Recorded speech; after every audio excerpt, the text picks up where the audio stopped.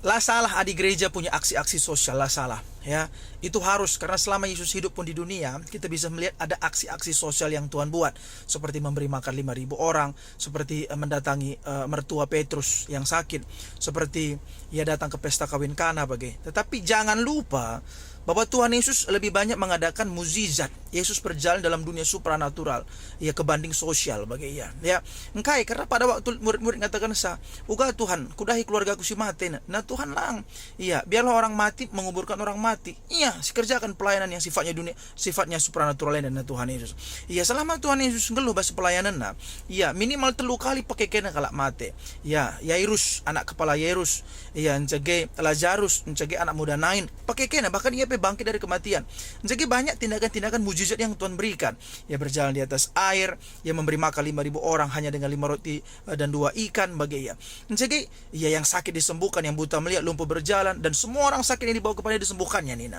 Artinya bahwa gereja tidak bisa kehilangan kuasa. Karena dalam Matius 10 ayat 8 dan Lukas 10 ayat 19, jenggu jelaskan Tuhan Yesus bahwa Tuhan sudah memberikan kuasa kepada kita untuk menginjak ular dan kalajengking, sehingga tidak ada satu pun yang bisa berkuasa bertahan menghadapi kita. Memberikan kuasa otoritas membantah untuk meletakkan tangan seorang sakit dan orang sakit itu sembuh. Ya, aku sudah memberikan kuasa kepadamu untuk membangkitkan orang mati, menyembuhkan yang sakit kusta, mengusir setan-setan Nina. Jadi aku sudah memberikannya kepadamu dengan cuma-cuma, maka kamu juga harus memberikannya, memberitakannya dengan cuma-cuma Nina.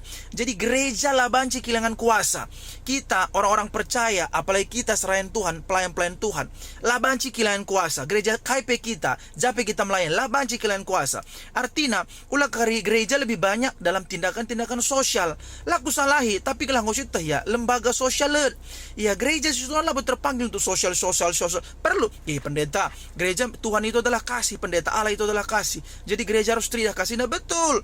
Lah hanya kasih, gereja harus teridah kasih. Nah, gereja harus punya pengajaran. Gereja juga harus ada konseling, bimbing konseling. Ya, untuk pertumbuhan pemuridan jiwa-jiwa. Tetapi lah cukup. Ya, kasih dalam arti kata. Yang penting kita besarkan sosial.